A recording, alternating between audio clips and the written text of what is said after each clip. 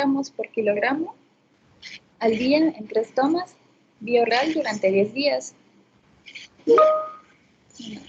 Otra alternativa es el tinidazol, que es un fármaco que es bien tolerado y muy eficaz. Sin embargo, sus pautas de tratamiento van a ser más cortas. Vemos que la dosis diaria en adultos va a ser de 2 gramos en 2 tomas durante 2 días o 6 días, dependiendo de la gravedad. Y finalmente tenemos la paromomicina en dosis de 500 miligramos 3 veces al día durante 7 días y en niños en dosis de 25 a 30 miligramos por kilo de peso al día en 3 tomas durante 7 días.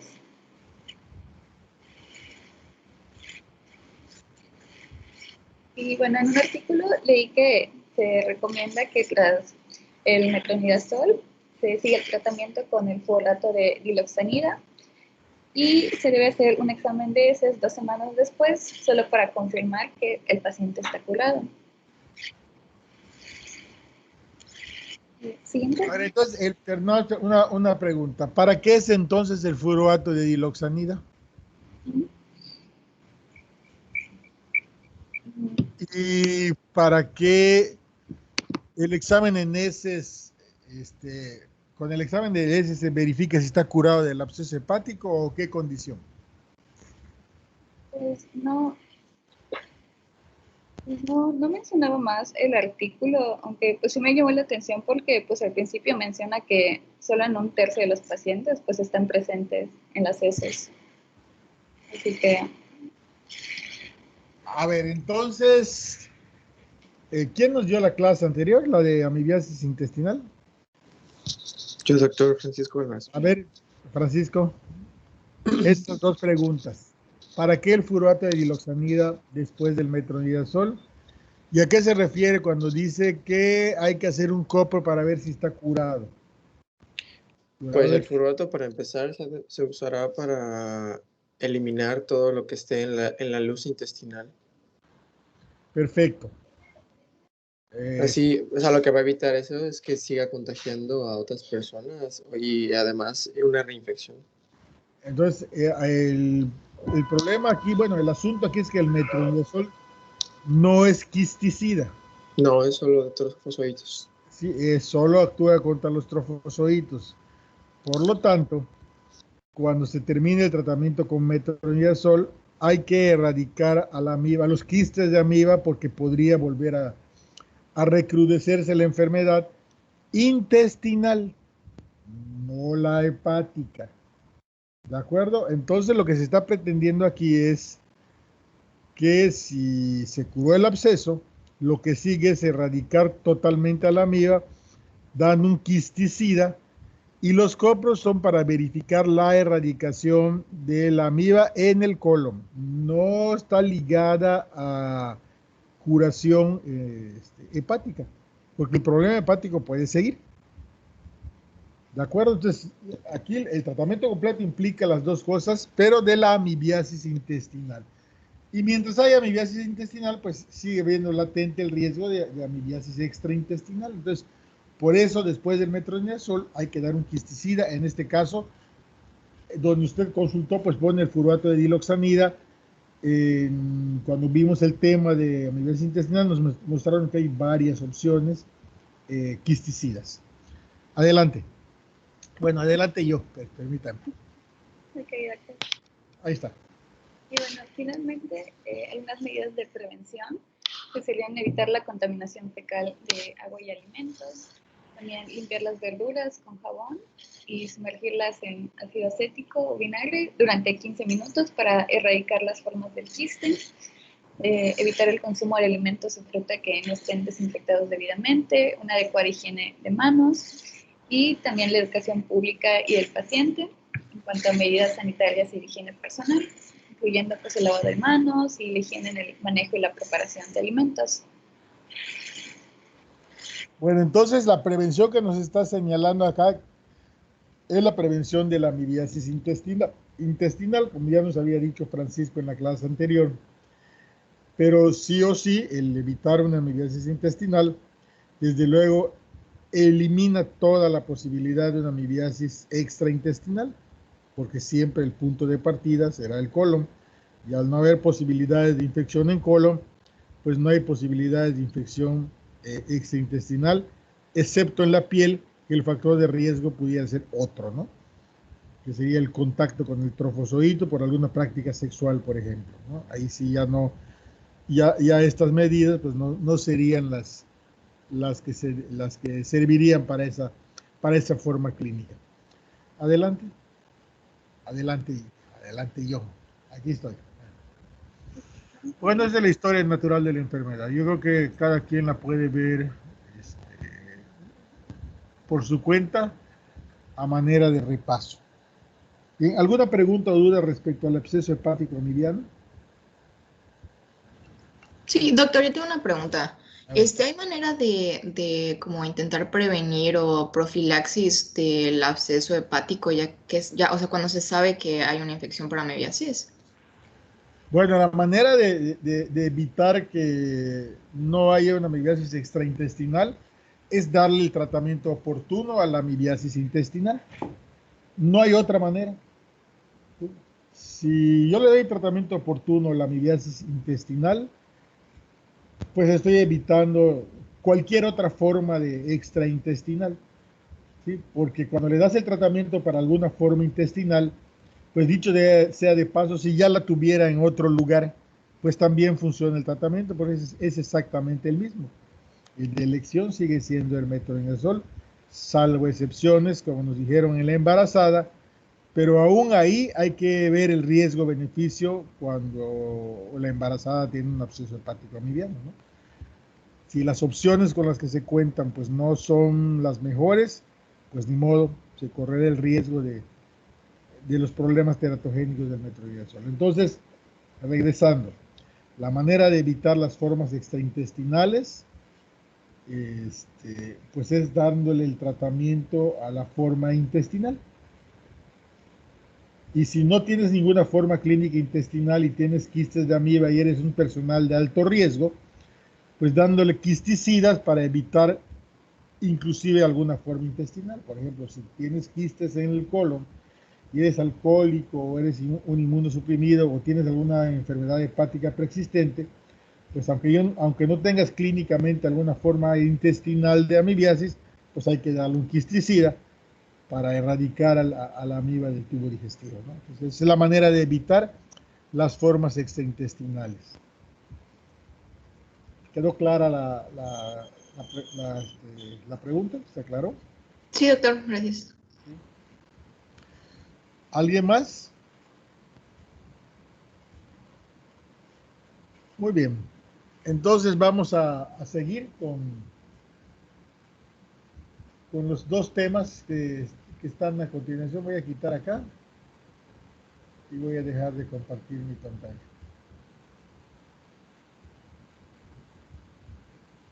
Para empezar a ver uncinariasis y estrongiloidosis, que son las dos cosas más o menos lo mismo, con ciertas diferencias en su ciclo y pues con ciertas variantes clínicas en la enfermedad. Recordarán que cuando vimos la parte de dermatología, ¿sí? Vimos un pedacito de lo que va a ser esta enfermedad, que es la larva migrans cutánea. Bueno, pues aquí es la larva migrans cutánea del parásito humano, que al final acaba en el tubo digestivo y también nos da una enfermedad, además de la piel, una enfermedad intestinal y con manifestaciones hematológicas en algunos de los casos. Pues adelante con esa presentación. Que la pongan, por favor.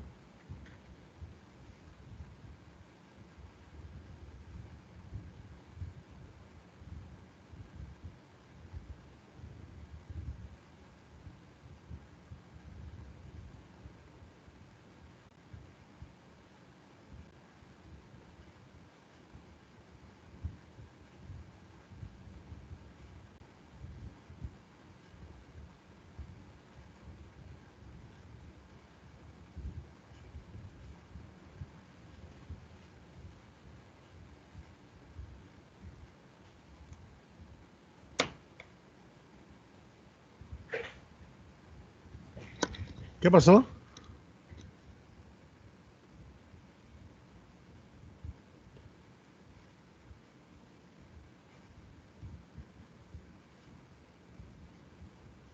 Yo voy a exponer balantidiosis antes, doctor. Ah, ¿cierto? Sí, falta la antibiosis. En un momento comparto la pantalla.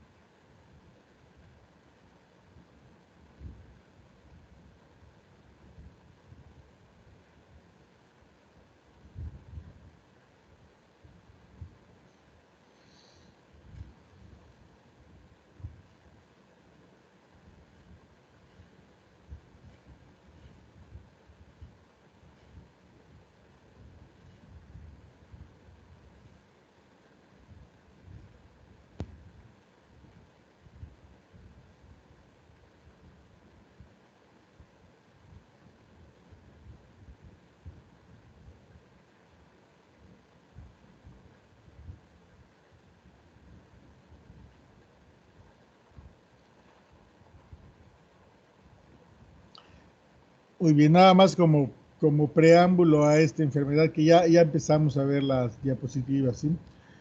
Bueno, esta es una enfermedad que es bastante menos frecuente que la amibiasis intestinal. ¿Sí? El cuadro clínico en su forma aguda, pues prácticamente es indistinguible al de la colitis amibiana. El diagnóstico diferencial tiene que ser por laboratorio, porque no hay manera de distinguirla desde el punto de vista clínico, excepto que tiene ciertos factores de riesgo muy específicos que son los que podrían hacer sospechar en esta enfermedad. A diferencia de amiba, pues aquí no es tan frecuente ver el absceso hepático amibiano. El absceso hepático por Balantidium es raro, son raras las formas extraintestinales, pero pues en algún momento ya ustedes saben que en medicina pues nada está escrito con sangre, hay excepciones. Entonces vamos a oír las diferencias, ¿no? que, que hay en esta enfermedad y en la amibiasis intestinal, y de sí, pues lo primero es el parásito, ¿no? Adelante. Ok. Sí, así como lo acaba de mencionar el doctor, la balantidiosis, que es presentada por el protozoo Balantidium coli, es una enfermedad bastante rara, que de hecho se encuentra muy poca información por lo mismo, y tiene, tiene muchos parecidos a las enfermedades por amibiasis, y se distinguen por una u otra pequeña razón que veremos a continuación. Para empezar, es una enfermedad infecciosa que es rara en los países occidentales y es ocasionada por el parásito unicelular, el Balantidium coli. Su fácil propagación se ha convertido en un problema a nivel mundial. Es el único ciliado que es patógeno para el humano y es un microorganismo que provoca sustancias preolíticas y citotóxicas que van a dañar el epitelio intestinal y van a provocar úlceras.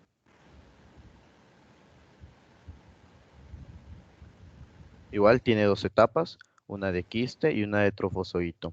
La etapa de quiste, que es la etapa de infección, tiene un tamaño entre 40 a 60 micras de diámetro, está rodeado por una pared refringente y muestra un único núcleo en el citoplasma. El trofozoito, que es la etapa clínica que ya presenta la enfermedad, es muy largo, tiene entre 50 y 200 micras de longitud y entre 40 y 60 de anchura.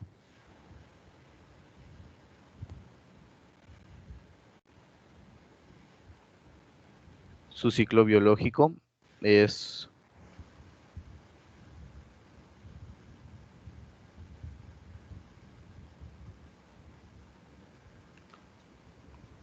¿Me escuchan? No, bueno, de repente nos quedamos en su ciclo biológico es.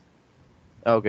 Sí, su ciclo biológico en el estadio infectante, el hospedador lo adquiere a través de la ingestión de comida o agua contaminada.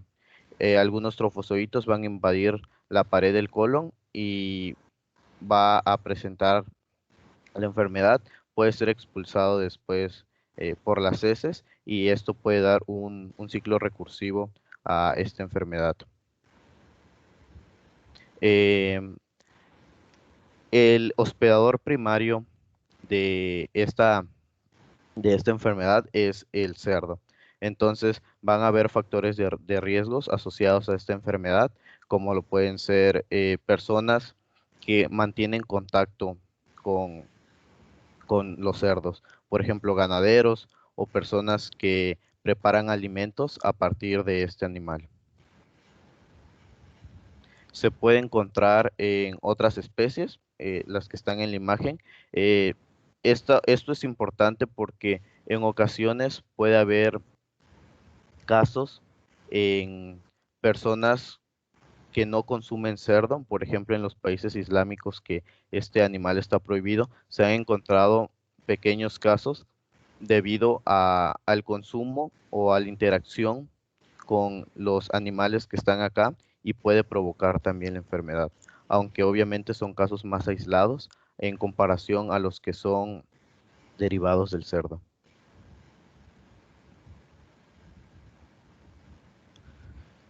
El tipo de infección puede ser directa o indirecta. En la infección directa puede ser por dos vías, la fecal oral. En esta los niños van a tener demasiado riesgo, pues la higiene de ellos es un poco descuidada. Por lo tanto, la infección mediante las heces a la boca por no lavarse bien las manos puede ser mayor. Y la otra puede ser por vía sexo anal bucal. La infección indirecta puede ser en alimentos contaminados con este microorganismo, puede ser con agua contaminada, alimentos que son regados con esta misma agua, eh, incluso puede ser llevado en moscas que en algún momento se posaron en las heces infectadas y caen en la comida, o también en alimentos que son lavados pero no están bien cocidos o son crudos, como lo son los camarones. Aquí podríamos añadir otro factor de riesgo, que son las comunidades que carecen de agua potable, que muchas veces su único suministro de esta es la recolección de agua de la lluvia, la cual no está limpia, y, y el agua potable que no existe, pues puede llevar a que en estos lugares exista casos mayores de esta enfermedad.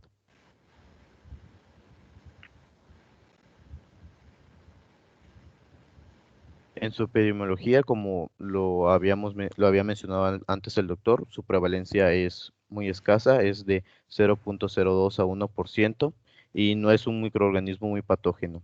Tiene mayor prevalencia en Filipinas, Nueva Guinea, Latinoamérica, Irán, y se ve más favorecido en zonas tropicales y en vías de desarrollo. En la sintomatología, es más escasa en adultos, pero en niños puede presentarse colitis, que cuando es severa adquiere características de síndrome disentérico con diarrea, mucosa sanguinolenta, cólicos, tenesmos y fiebre. Y el dolor abdominal no suele faltar y las diarreas son muy frecuentes. A esto se le puede añadir pérdida de apetito y letargo. El abdomen permanece suave, pero el peristaltismo intestinal aumenta considerablemente. Además, se presenta deshidratación por la pérdida de líquidos y electrolitos. En caso de darse la perforación intestinal y no tratarse, la tasa de letalidad es de aproximadamente el 30%.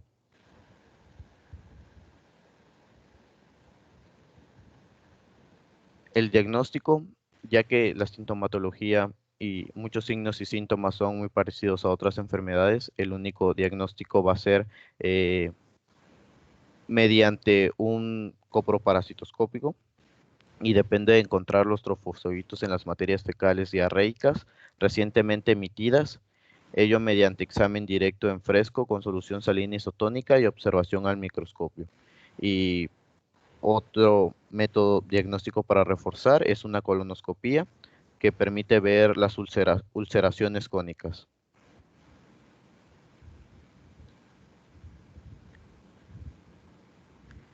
El tratamiento, el fármaco de elección es la tetraciclina, el iodoquinol y el metronidazol, que son antimicrobianos alternativos. La tetraciclina es administrada 500 miligramos 4 veces al día durante 10 días. El metronidazol son 750 miligramos 3 veces al día de 5 a 10 días. Y el yodoquinol es de 650 miligramos igual 3 veces al día durante 20 días.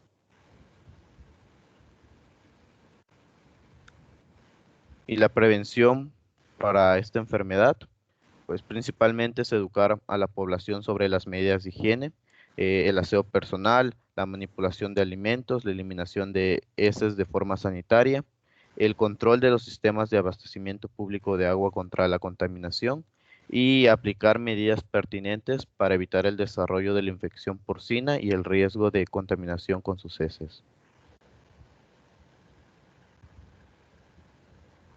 Y eso es todo. Perfecto. A ver, voy a compartir mi pantalla. Ya les puse en el chat un vínculo. Ese vínculo les lleva a un artículo, es un caso clínico de balantidiosis que ahorita de manera muy rápida vamos a revisar sobre solo algunos aspectos, pero ya ustedes ya pueden leerlo con detalle después. Entonces voy a compartir mi pantalla.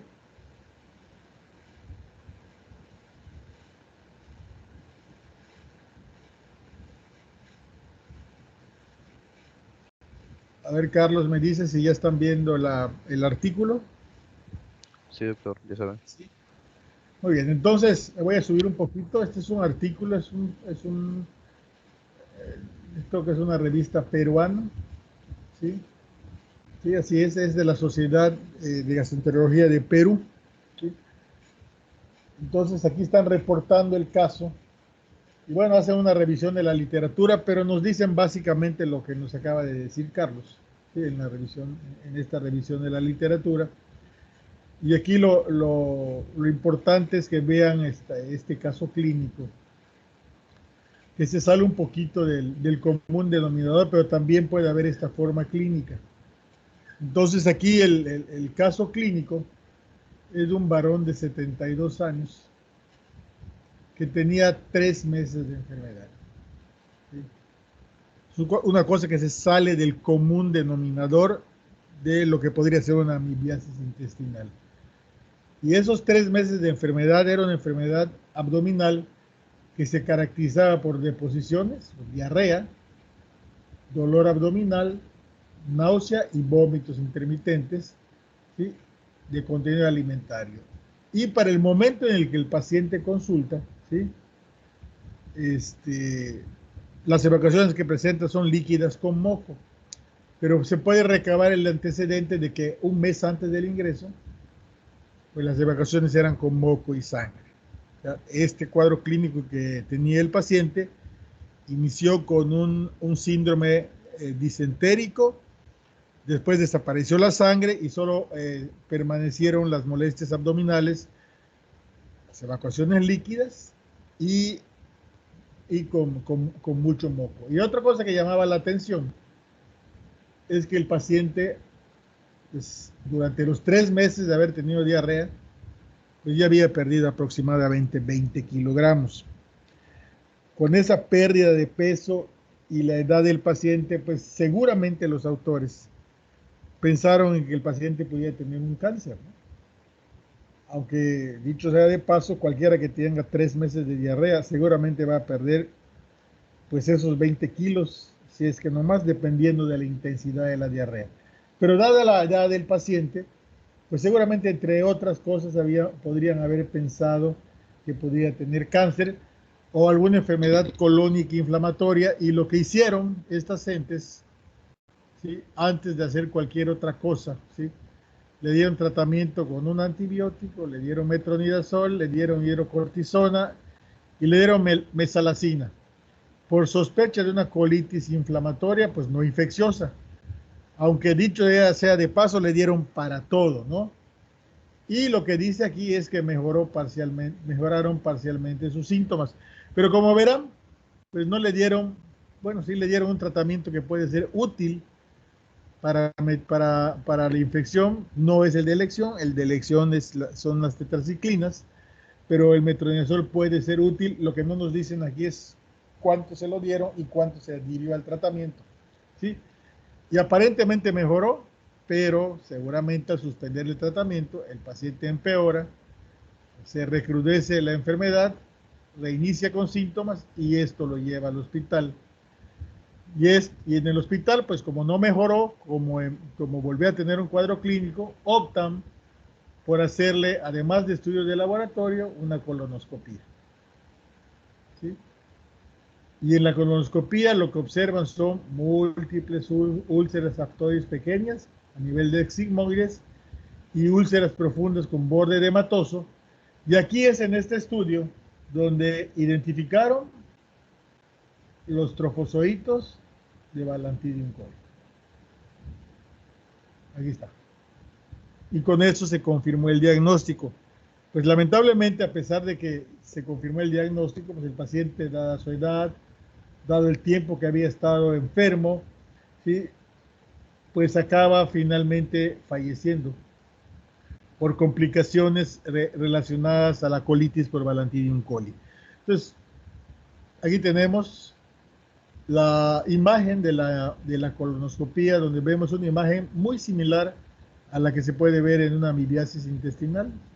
Es una mucosa del recto sigmoides con úlceras profundas de borde edematoso, ¿sí?, con extensas úlceras y necrosis. O sea, ella tenía como una colitis fulminante, la variedad clínica de esa de la amibiasis, ¿no?, que también se puede presentar en este caso, una colitis necrosante. Y más abajo nos muestran una radiografía. Bueno, aquí está ¿cómo se llama? El estudio microscópico, ¿sí?, donde podemos ver en la imagen de la izquierda, bueno, en las dos imágenes, en la de izquierda, esa imagen que está casi en el centro grandota, que es el trofozoito de Balantidium coli, ¿sí?, y en la otra, que es una muestra de continción de hematoxilina y eosina, también en la parte de medio, más chiquitita, se ve el trofozoito de Balantidium coli. Esa imagen en forma piriforme, con su erizadito en la periferia y su núcleo central grande, ¿no?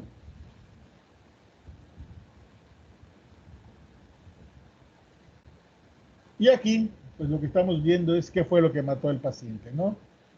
El paciente tuvo una perforación intestinal que lo mandó al quirófano.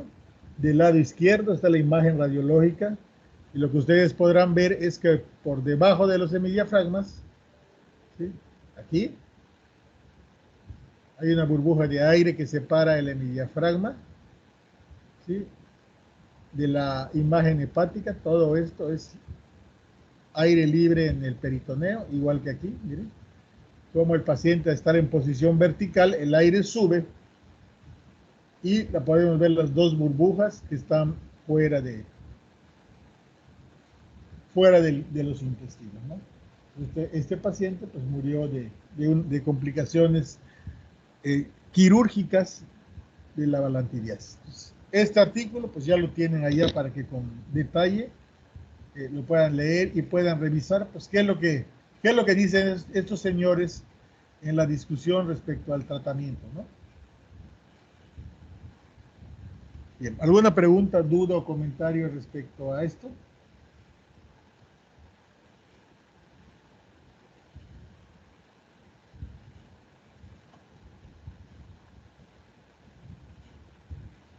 Bien, pues nos podemos seguir entonces ahora sí con uncinariasis y estrongiloidosis. Adelante.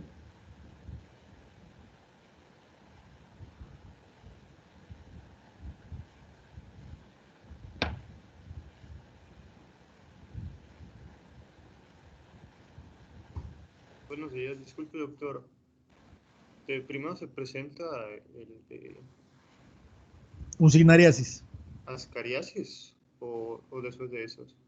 A ver, no nos toca ascariasis hoy. Déjenme ver.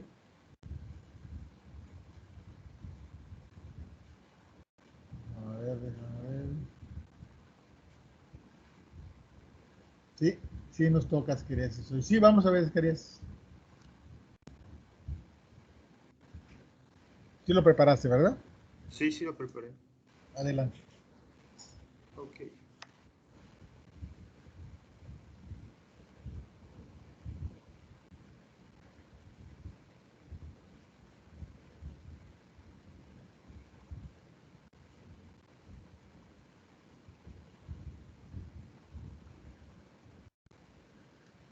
Bien, entonces lo que vamos a ver ahorita es el prototipo de las llamadas geohelminthiasis.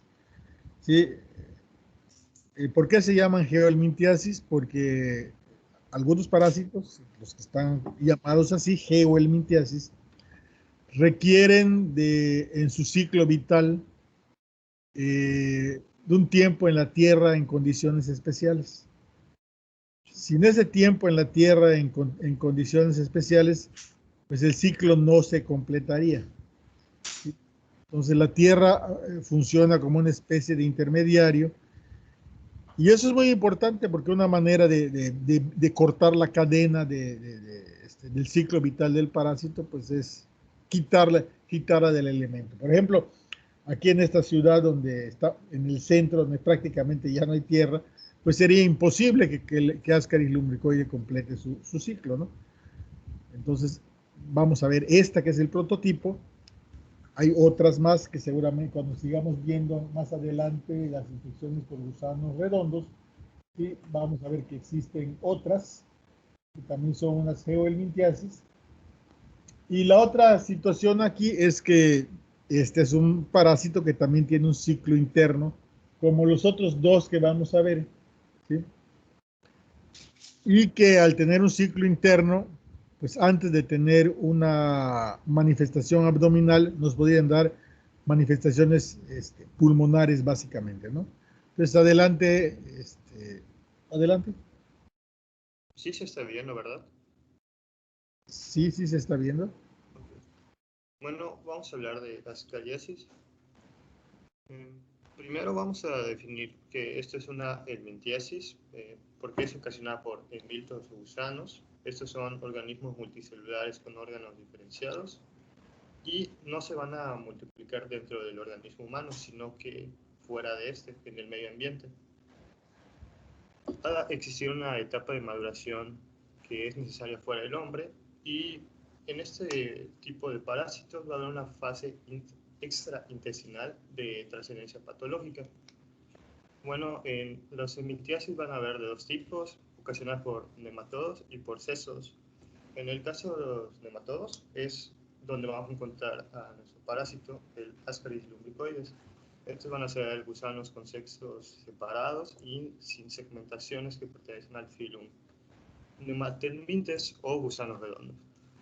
Y bueno, en este tipo de parásitos se va a dar una transmisión por medio del suelo, puesto que se necesita una fase de aproximadamente unos 10 días en la tierra a una temperatura y humedad adecuada para que se pueda desarrollar estas larvas infectivas. Y bueno, esta infección se va a dar por medio de la ingestión de carnes o por el fecalismo. A ver, no le cambies. Bien, aquí en esta diapositiva yo quiero que se fijen que están la división de los helmintos, ¿sí? Y es muy importante porque arriba nos dan la descripción general de lo que es el parásito, ¿sí?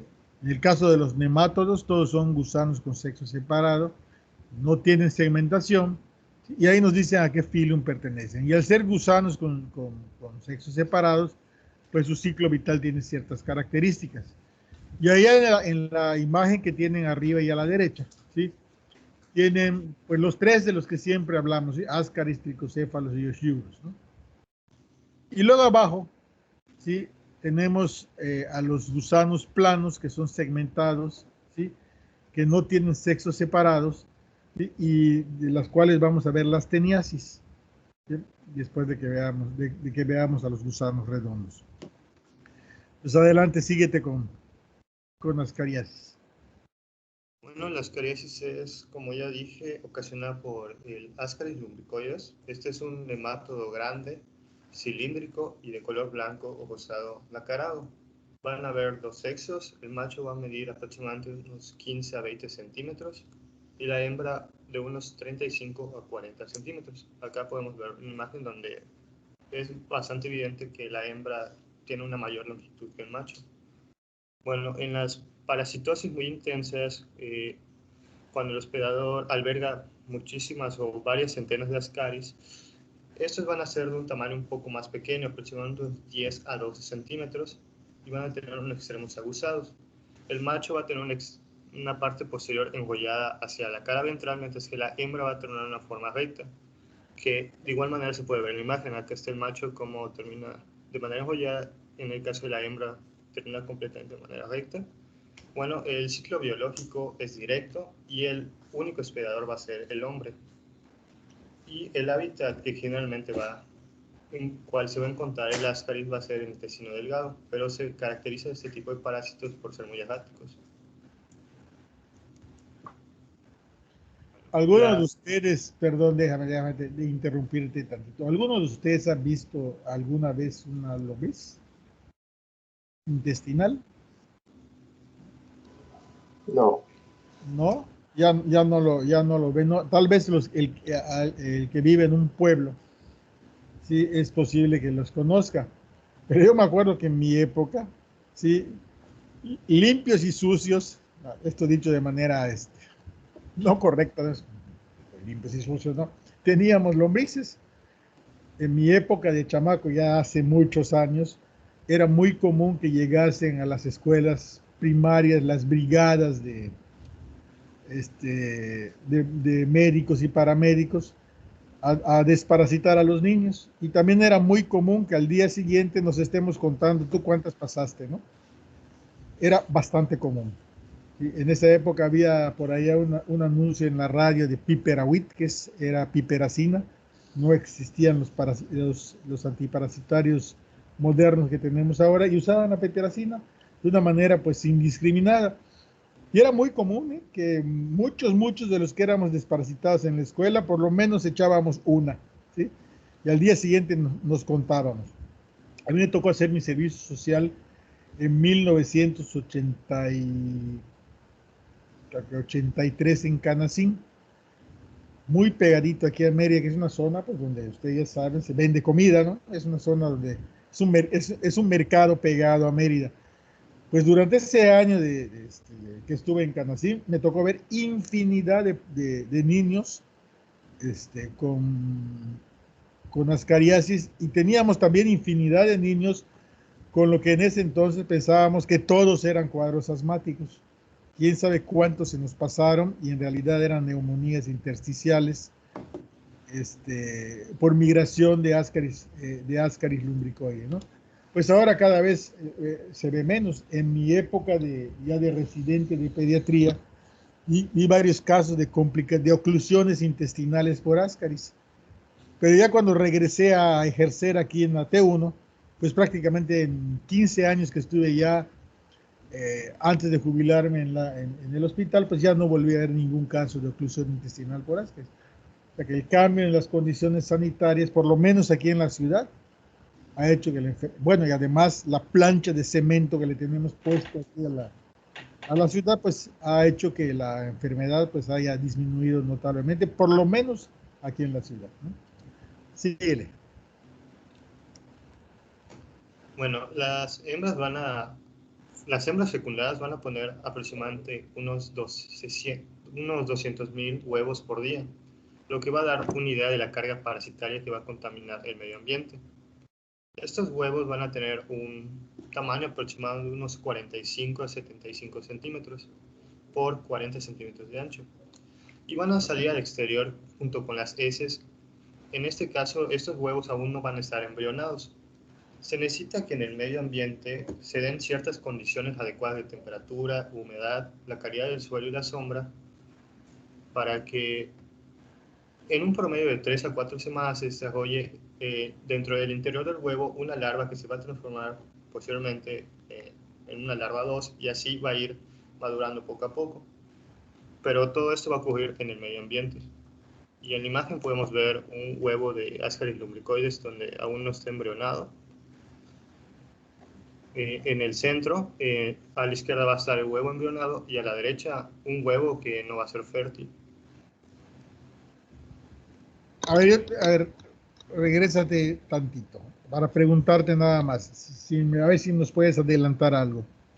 ¿Tiene alguna utilidad saber el número aproximado de huevos que pone cada hembra?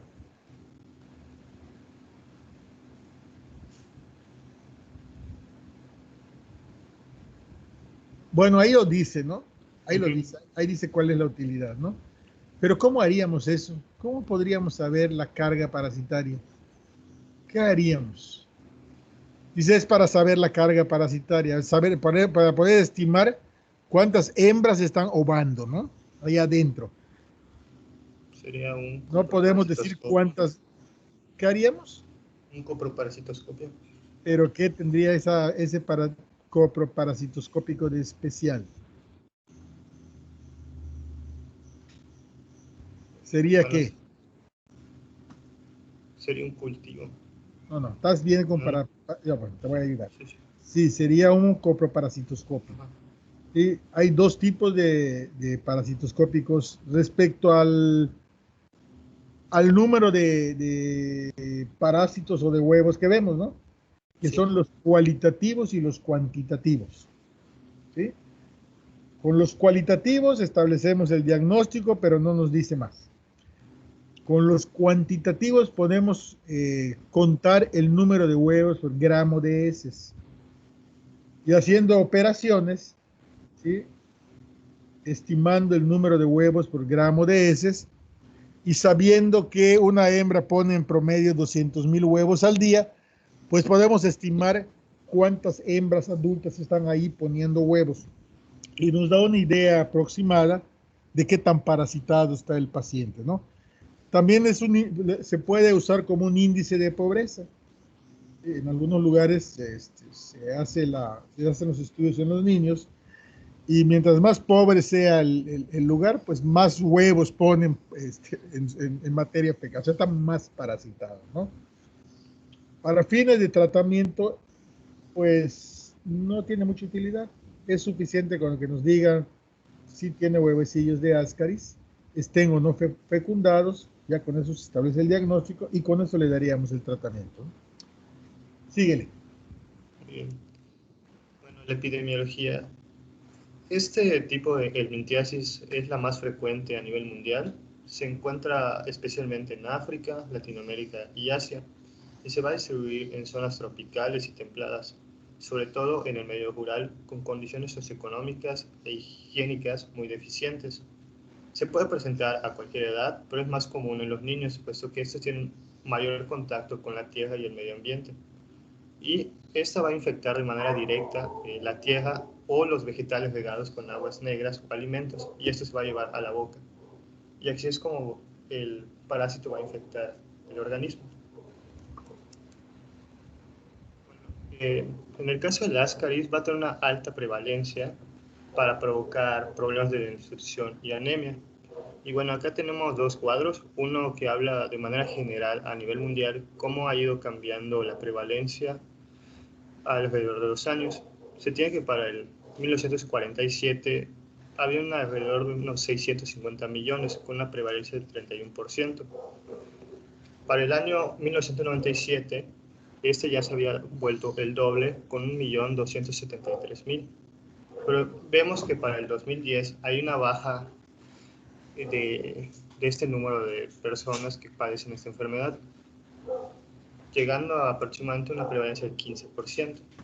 Esto se cree que es gracias a las campañas de desparasitación que se pusieron en uso por la OMS alrededor de mediados de los 90. Y bueno, en la otra tabla vemos el boletín epidemiológico, este es de la semana 18 del actual año, en donde vemos que en el estado de Yucatán para esa semana se tuvo como 41 casos, con unos casos acumulados en el 2020 de 1.038 casos. Y vemos que en todo el país fueron casi 10.000 casos.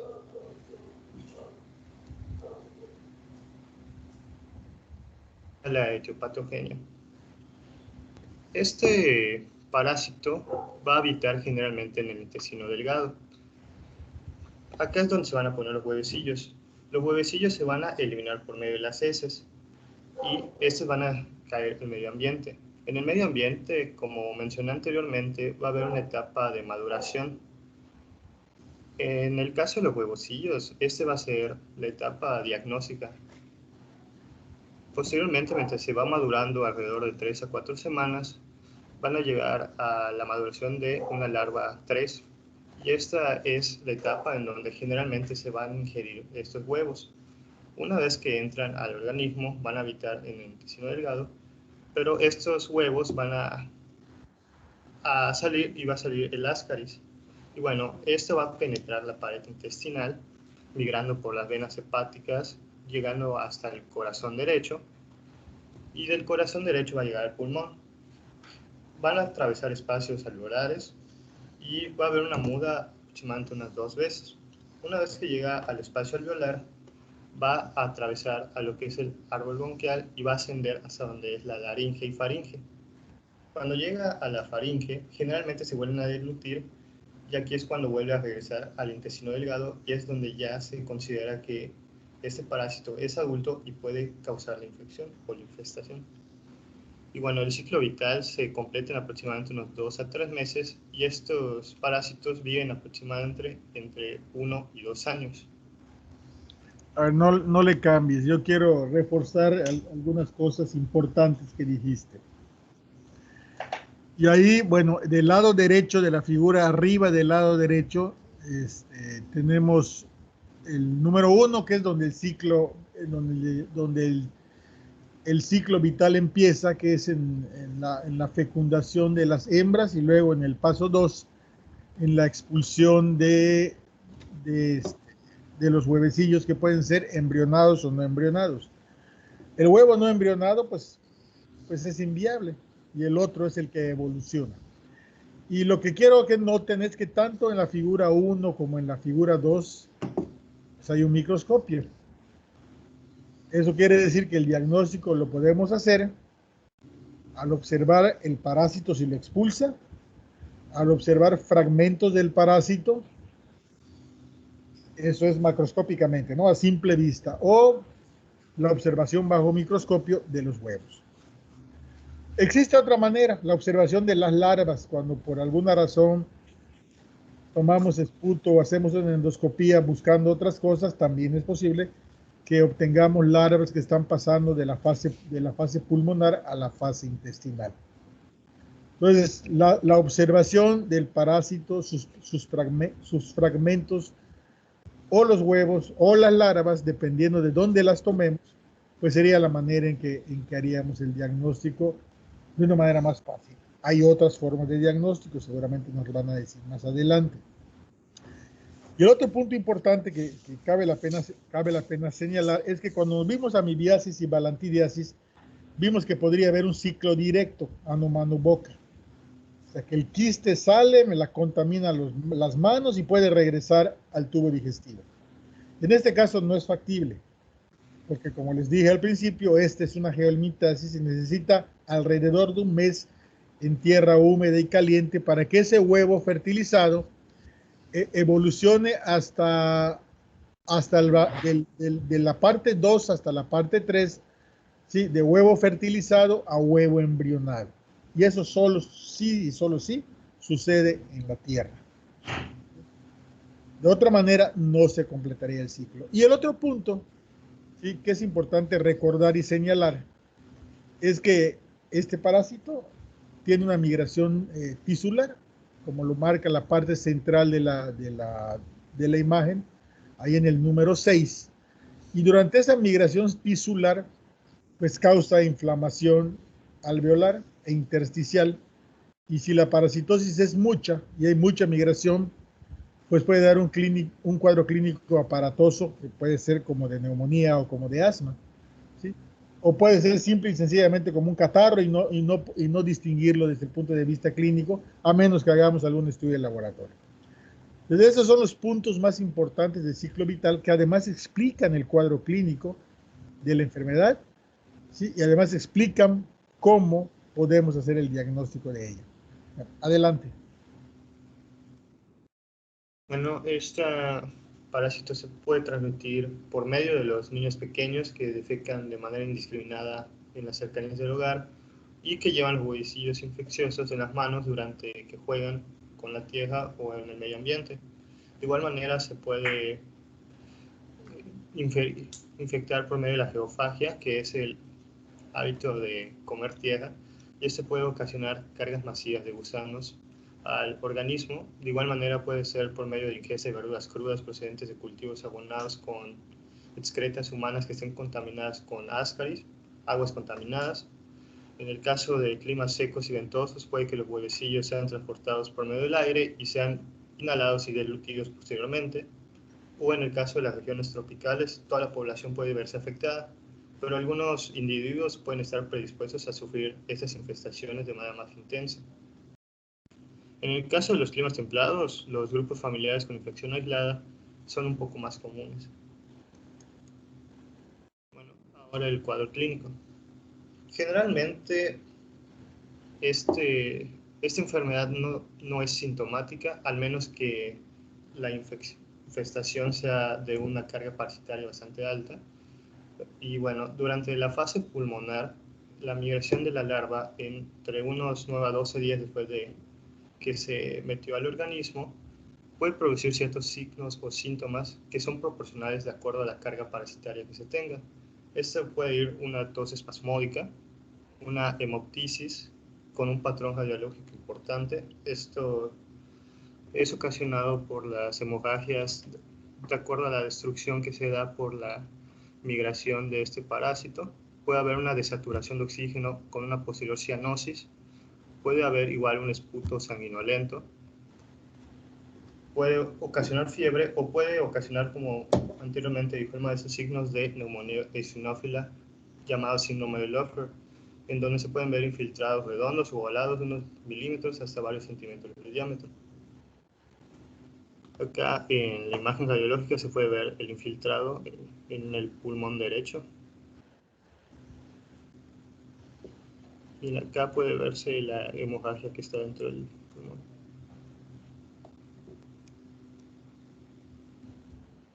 En el caso de la infestación intestinal, si hay pocos parásitos, los signos pueden ser vagos o pueden no existir.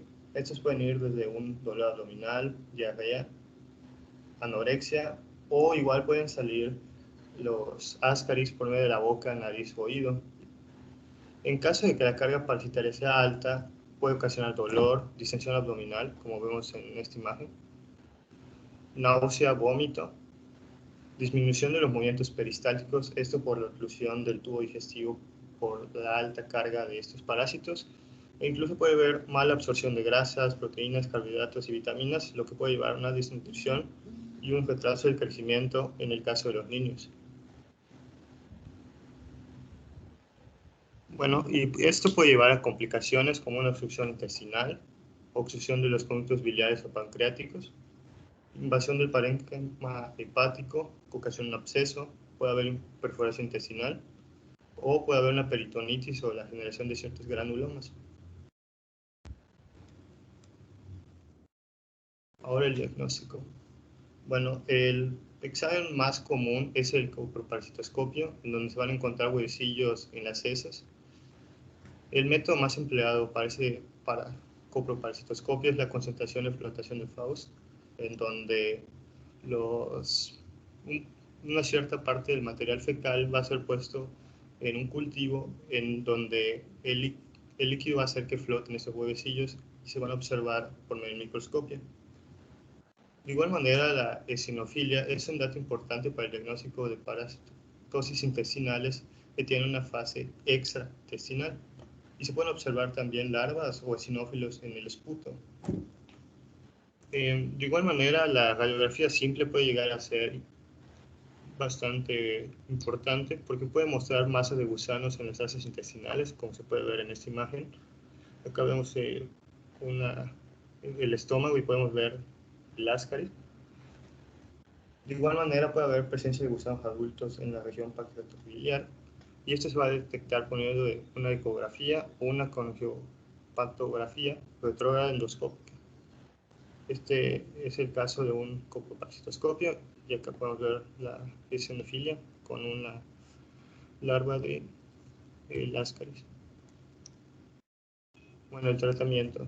El medicamento de primera elección es el albendazol. Este es una única dosis de unos 400 miligramos. Supuestamente el CUMATE dice que no se usa en menores de 2 años. Otra opción sería utilizar mebendazol en dosis de 100 miligramos 2 veces al día durante 3 días. En este caso, la misma dosis sí es para los niños y acá no hay una restricción. Otra opción sería la ivermectina en una única dosis de 150 a 200 microgramos por kilogramo. Y en el caso de la ascaris masiva, se recomienda el citrato de piperacina para evitar la migración de ese parásito y la obstrucción de conductos biliares.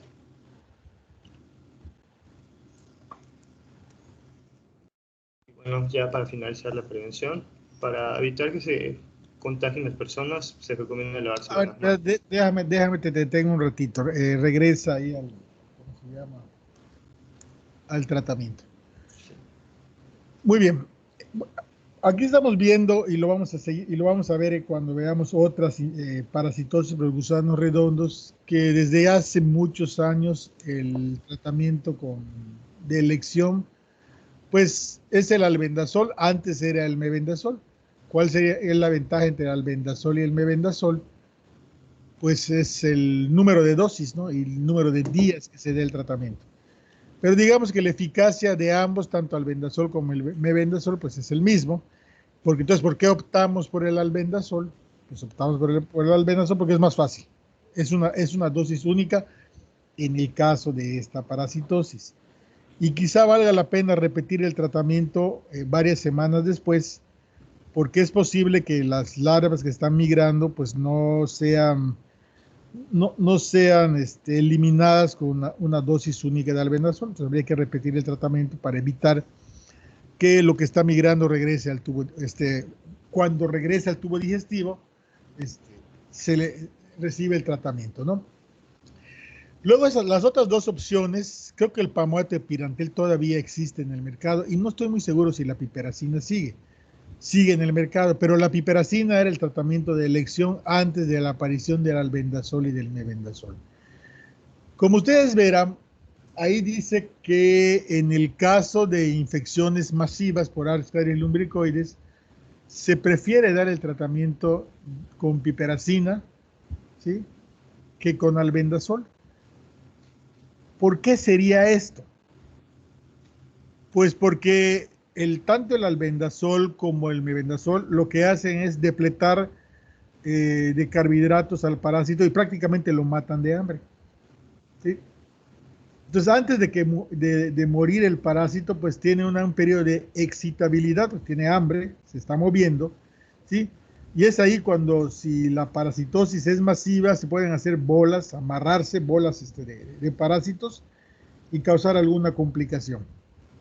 O también pueden migrar hacia arriba, meterse al colédoco, irse a la vía respiratoria y obstruirla. Sí, entonces, en el caso de infecciones masivas, pues se prefiere dar el citrato de piperacina, esperemos que todavía exista, porque el mecanismo de acción del citrato de piperacina es a través de afectar el sistema nervioso del parásito, o sea, lo paraliza. Entonces, digamos que en este caso la piperacina causa una parálisis flácida y en el caso de los imidazoles la excita o causa una parálisis rígida antes de que el parásito pues fallezca, ¿no? Lo mismo sería para el caso de complicaciones por obstrucción o suboclusión intestinal. El tratamiento de elección sería la piperacina. Síguele. Para finalizar, pues algunas medidas de prevención para evitar que se contraiga este parásito sería lavarse bien las manos con agua y con jabón antes de manipular cualquier alimento. De igual manera, sería bueno enseñar a los niños la importancia de lavarse las manos para prevenir este tipo de infecciones, aunque sabemos que los niños generalmente este tipo de prácticas no las van a llevar en línea hasta que ya tengan cierta edad. De igual manera, lavar, pelar o cocinar todas las verduras y frutas crudas antes de comer. No consumir verduras o frutas crudas o mal lavadas en áreas donde las heces humanas o de cerdos se utilizan como fertilizantes, porque estos pueden estar infectados con Ascaris. Y no defecar al aire libre, excepto en letrinas con eliminación adecuada de aguas residuales. Ya esta es la historia natural. Perfecto, déjala ahí. ¿Alguna pregunta o duda o comentario respecto a ascariasis?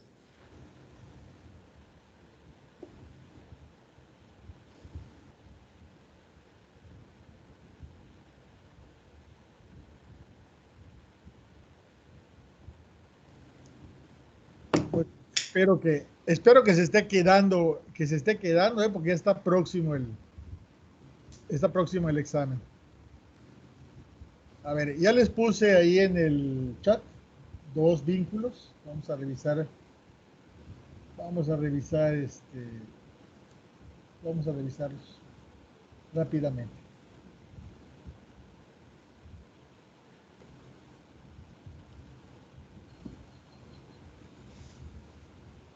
Permítanme. Ya están viendo mi pantalla, ¿verdad? Sí, doctor. Sí. Bueno, entonces, uno de los artículos que les puse allá, todos son presentaciones de casos, ¿no? Aquí hay un artículo de una obstrucción intestinal por Ascaris lumbricoides, ¿sí? Es un artículo de autores poblanos. Y lo que estamos viendo, bueno, quién sabe en qué condiciones sanitarias estén en este lugar. No veo de qué año es esta. Debe ser un artículo viejito, ¿no? 2009. Es de 2009. Entonces aquí se describe el caso de un varón de 71 años, ¿sí? Cuya principal manifestación clínica es ausencia de deposiciones, dolor abdominal, vómitos alimentarios. O sea, son datos que pueden hacer sospechar de una obstrucción intestinal. Y al examen físico lo que le encontraron es que estaba distendido el abdomen, estaba doloroso en forma difusa, timpánico. Aquí dice con ruidos hidroaéreos, pero está mal, son con ruidos peristálticos disminuidos, y dice sin signos de irritación meningia. Entonces lo que nos están describiendo aquí en este cuadro clínico son datos de una obstrucción intestinal, que para nada podemos decir que es por Ascaris lumbricoides con esto que nos están presentando, ¿no? A la edad de 71 años, cuando vemos un paciente con datos clínicos de obstrucción intestinal, lo primero que se nos ocurre es que pudiera tener ahí una masa ocupativa que está impidiendo el tránsito intestinal, ¿sí? En la radiografía, aquí está la radiografía que están presentando, es una radiografía de abdomen simple. Lo que se muestra, está de pie el paciente, lo que estamos viendo arriba y a la derecha, ¿sí? Es la cámara gástrica. Miren, aquí está la cámara gástrica, que tiene forma de media luna.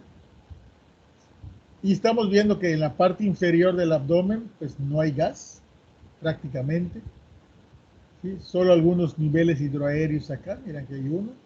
Aquí hay un gran nivel hidroaéreo y toda la parte superior está dilatada. Entonces, estos son datos radiológicos de una oclusión intestinal. Entonces, no podemos hablar hasta aquí de la causa de la oclusión intestinal, ¿sí?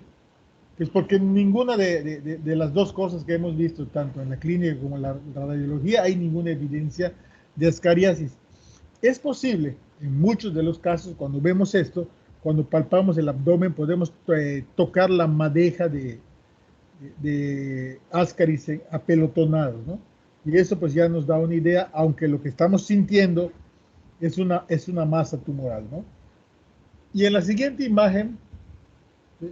Entonces aquí ya es una imagen más definida, donde estamos viendo una tomografía de abdomen, ¿sí? Donde de nuevo vemos la imagen de la dilatación de las asas, ¿sí? Entonces ya con esta imagen, pues yo no sé, porque no la he leído totalmente, el paciente entra a una cirugía, ¿sí? Seguramente a una laparotomía exploratoria y terapéutica, y es cuando se hace el diagnóstico y ahí está la extracción de las lombrices. ¿Sí? Y con esto pues ya se establece el diagnóstico y se complementa el tratamiento quirúrgico con el tratamiento médico. Pues ahí se los dejo para que ustedes lo lean con más calmita. Y el otro artículo que les puse, a ver,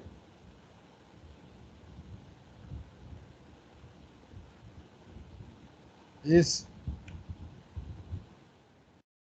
un artículo de ascariosis biliar intrahepática.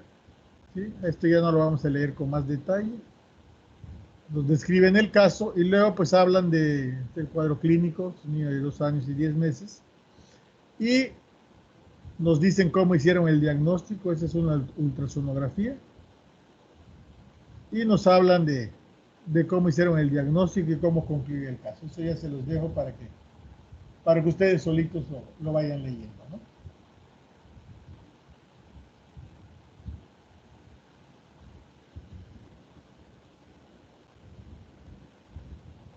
Bien, a ver, una pregunta. ¿Cuáles serían los datos clínicos de colangitis? ¿Quién dice yo?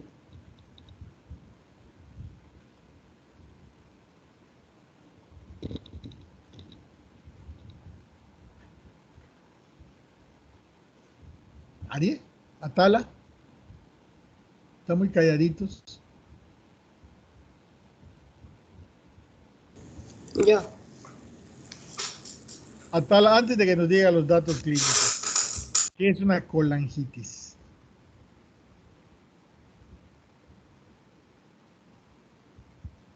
¿Sabe?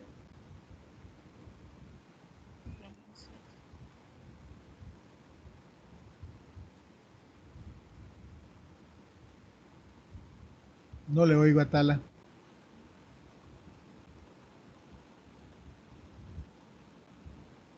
Pues una inflamación del colon, ¿no?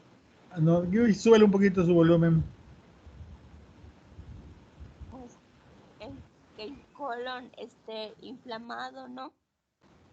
A ver, Atala, vamos a ver, vamos a dejar en stand-by su respuesta.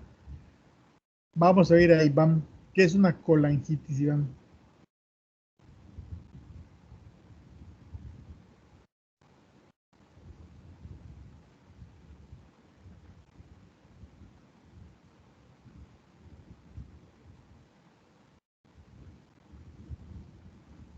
Iván, ¿estás?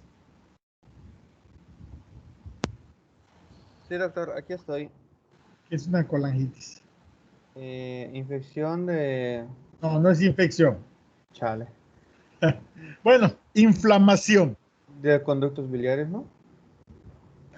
Exactamente, pero sí de los conductos biliares. Sí está claro, Atala. La colangitis es una inflamación del colédoco y los conductos biliares. Colédoco y conductos biliares. La inflamación puede ser infecciosa o no infecciosa. Colangitis, itis, inflamación. Sin duda, la causa más frecuente de colangitis es infecciosa. Pero para que esto ocurra, siempre tiene que haber algún factor que la condicione, ¿sí? Y ese factor que la condiciona generalmente es obstrucción. Ernesto, ¿qué puede obstruir el colédoco?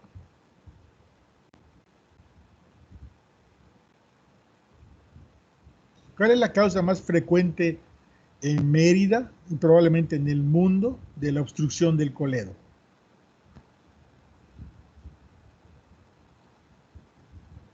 Mérida.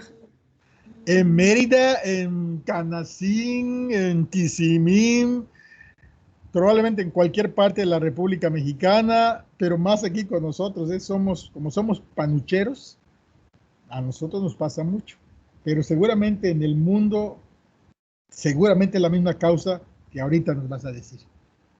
¿Cuál es la causa más frecuente de obstrucción del colédoco? Sobre todo en adultos jóvenes y sobre todo en mujeres, aunque los hombres no estamos exentos.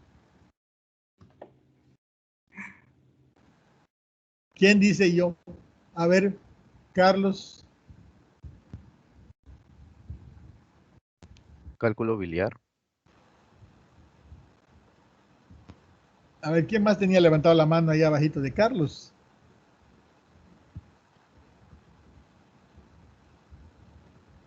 ¿Quién? Yo, ¿Quién yo?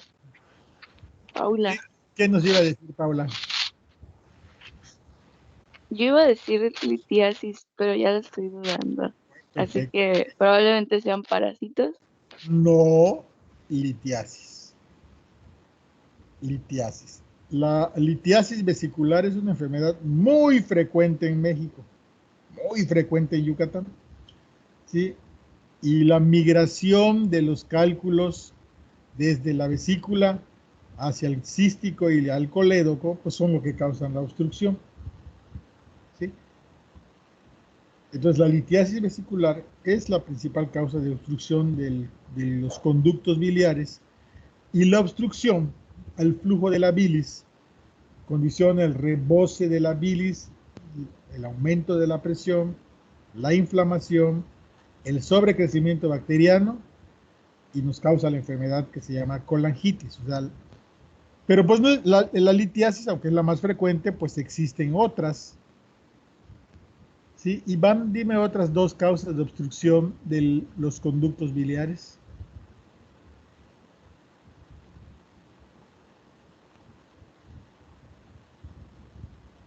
Iván. Sí, doctor, estoy pensando. Pues está fácil. Si tienes 80 años, ¿qué te puede obstruir allá?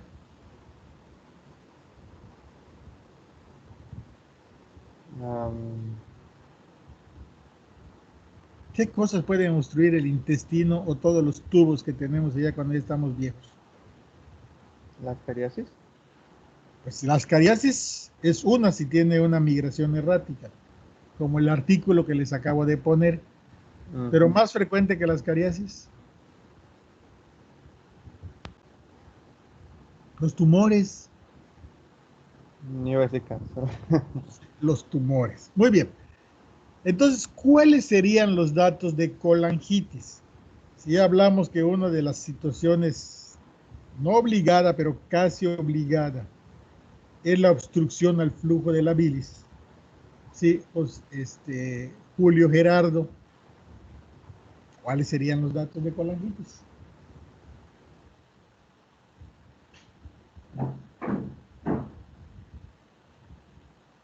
Julio Medina.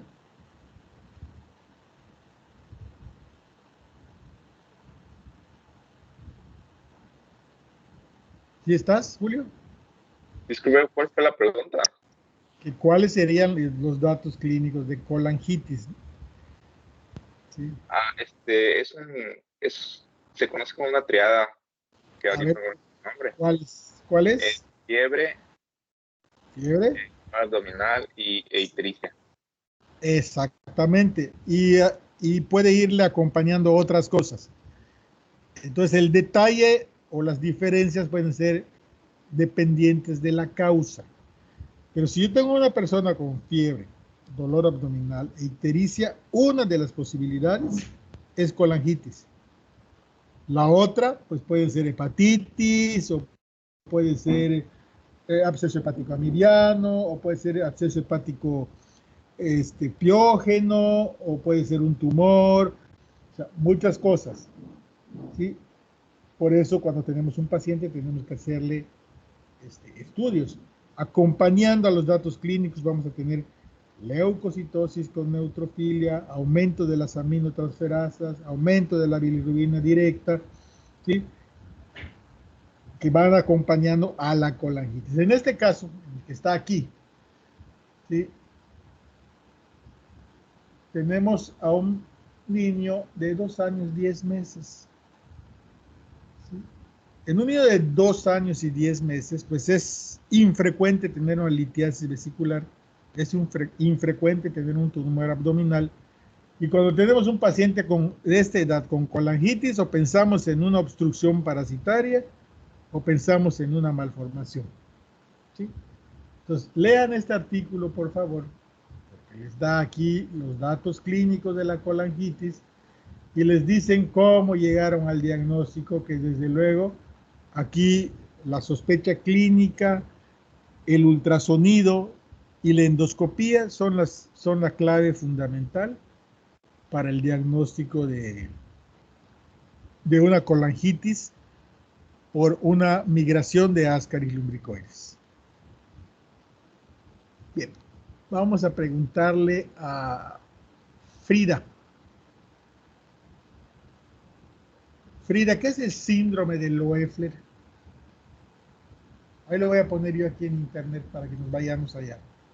Síndrome de Loeffler.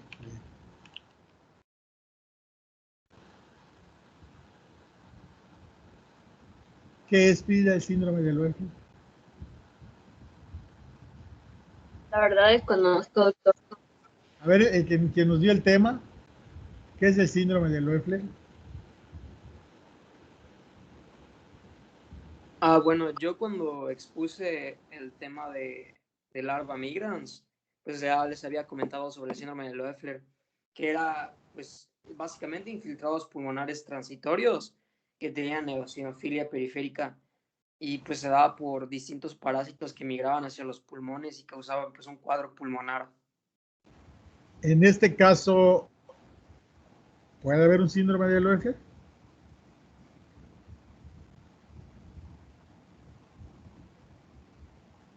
¿Sí o no? Me parece que sí. Creo que usted había comentado que de hecho en larva migrans era poco común, pero era más común en este tipo de parásitos. Claro, en larva migrans era poco común porque recuerden que les dije que el parásito se quedaba atorada en el tejido celular subcutáneo. Como eran parásitos de perros y gatos, ¿sí? Ankylostoma brasiliensis, pues no completaban su ciclo. Entonces era poco probable que ocasionase un síndrome de Loeffler. Pero en este caso, ¿sí? En el caso de la migración de Ascaris lumbricoides, que sí o sí completa su ciclo pasando por el tubo digestivo, por los pulmones, como también lo vamos a ver con las otras dos, pues nos pueden condicionar un síndrome de Loeffler. Como su nombre lo dice, el síndrome de Loeffler, pues es un síndrome, ¿sí? Es común a varios parásitos y es común a varias otras cosas. Entonces, Frida, ¿me escucha, Frida? Sí, doctor. Léanos, por favor, para el público, lo que es un síndrome de Loeffler. Ahí está puesto en la pantalla. El síndrome de Loeffler se presenta como un cuadro respiratorio agudo, muy raras veces febril, con tos espasmódica, expectoración ocasionalmente hemoctoica, sibilancias, estertores de fina burbuja y signos de consolidación pulmonar de distribución periférica no segmentaria, simulando una neumonía típica. El broncoespasmo, a veces severo, remeda una crisis asmática aguda y existe una asociación estricta y obligatoria de eosinofilia en sangre periférica de intensidad variable, pero generalmente elevada. El cuadro clínico es de corta duración, puede ceder en forma espontánea, aunque ocasionalmente puede progresar a falla respiratoria con necesidad de empleo de esteroides y soporte ventilatorio mecánico. Muy bien, entonces el síndrome de Loeffler puede ser parte del cuadro clínico de una ascariasis. ¿De qué va a depender si hay manifestaciones clínicas o no las hay? Si son leves, moderadas o severas, si las hay. Del grado de parasitosis que tengamos. Porque a mayor parasitosis, o sea, mayor inflamación del árbol respiratorio. Entonces aquí ya está descrito el cuadro clínico, como su nombre lo dice, es un síndrome. Sí, lo podemos ver en varias enfermedades y lo que la caracteriza son datos pulmonares como si fuera una neumonía típica, indistinguible, acompañadas de eosinofilia, la respuesta que nos da la migración de los parásitos al al tejido tisular de los metazoarios son mucho con base a eosinófilos. Y eso es lo que integra el síndrome de Loeffler, ¿sí? Vamos a ver qué es lo que hay acá. Aquí son... Bueno, aquí hay un caso clínico, pero no nos dice de cuál es la causa, ¿sí? En este caso, pues no era atribuible a parásitos, porque por lo menos dice acá. Lo estoy revisando rápidamente. Pero aquí les dice, por ejemplo, cuáles son las causas de eosinofilia. No se los voy a dejar porque aquí habla del ¿cómo se llama? Del síndrome como tal. Pero vean ustedes en esta tabla, ¿sí? Cuántas cosas pueden causar eosinofilia y que algunas de ellas se pueden acompañar de manifestaciones pulmonares. Les comentaba al principio de la clase mi experiencia en Canacín, que yo en ese entonces muy joven e inexperto no conocía el síndrome de Loeffler, nadie me lo dijo en la escuela. No me preocupé por leerlo. Y tenía yo muchos niños que llegaban a mi consulta en Canacín con cuadros de crisis asmáticas y panzones. Pero además desparasitábamos a los niños y una vez me fue a reclamar una mamá que porque su hijo estaba malnutrido, porque las lombrices que expulsó estaban pálidas y las del vecino estaban rosaditas. Entonces me fue a pedir vitaminas para que se pongan sus lombrices rosaditas. Entonces yo no ligué en ese entonces la presencia de muchos cuadros de espasmo bronquial con niños panzones y parasitados y yo los traté como asma. Obviamente cuando había broncoespasmo pues mejoraba el cuadro de broncoespasmo y seguramente se curaban de su síndrome de Loeffler al completar el parásito su migración, pero ni de chiste se me ocurrió que pudieran ser. Nadie me lo dijo, no cayeron mis ojos en esa bibliografía. Y pasó de noche y después de muchos años entré en reflexión y ahora cada vez que doy esta clase pienso cuánto me pude haber equivocado con cada uno de esos pacientes y cuánto los pude haber arriesgado con el tratamiento que les dábamos en ese entonces para asma, que no es para nada lo moderno que tenemos ahorita, sino que en ese entonces usábamos adrenalina subcutánea para los cuadros agudos de la crisis asmática, pues que funciona perfectamente bien, pero que si no la sabes usar, pues es un verdadero riesgo de que haya arritmias, taquicardia y arritmias para el paciente. Afortunadamente, en mi caso, pues no, nunca me pasó, ¿no? Aunque sí me tocó ver que un niño fallezca porque se les pasó la mano con la adrenalina. Entonces, imagínense nada más la relevancia de tener un diagnóstico preciso y correcto y de saber la existencia de una situación que se puede parecer a otra. Muy bien, pues estamos sobre el tiempo. ¿Alguna pregunta o comentario? Ahí tienen tarea para leer, ya les puse 2 artículos. Léanlos. Les va a reforzar el conocimiento de lo que hoy nos dijeron en las clases. Y nos veríamos el lunes con uncinariasis, estrongiloidosis, y vamos a empezar a ver tricocefalosis y enterobiosis. A ver hasta dónde alcanzamos. Entonces, lo que nos faltó de esta y lo que sigue de la otra, para que así en la siguiente clase, o a más tardar en la que sigue, podamos terminar con el módulo de digestivo y estemos listos para presentar el examen parcial el primer parcial de microbiología. ¿De acuerdo? Ok, doctor. Muy bien, pues si no hay más que comentar, nos veríamos el lunes a la misma hora. Que tengan buen fin de semana. Disculpe, doctor, ¿hasta dónde dijo que íbamos a ver el lunes? Vamos a ver uncinariasis, tricocefalosis y vamos a empezar con lo que sigue, que son ascaris, tricocéfalos y escherichios. No creo que alcancemos a ver teniosis, pero el que va a ver teniosis que se prepare, ¿sí? A ver hasta dónde llegamos. Así que el miércoles a más tardar terminaríamos ya con todo el módulo de digestivo. ¿De acuerdo? De acuerdo, doctor. Gracias. Muy bien, pues nos vemos el lunes. Que tengan buen fin de semana. Doctor, Sí, te escucho.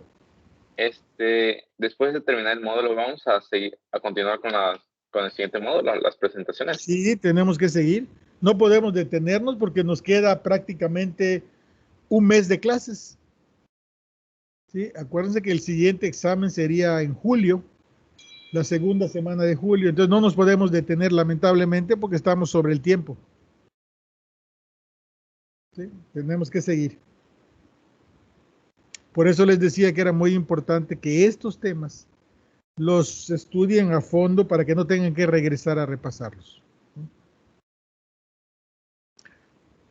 Bien, pues vámonos.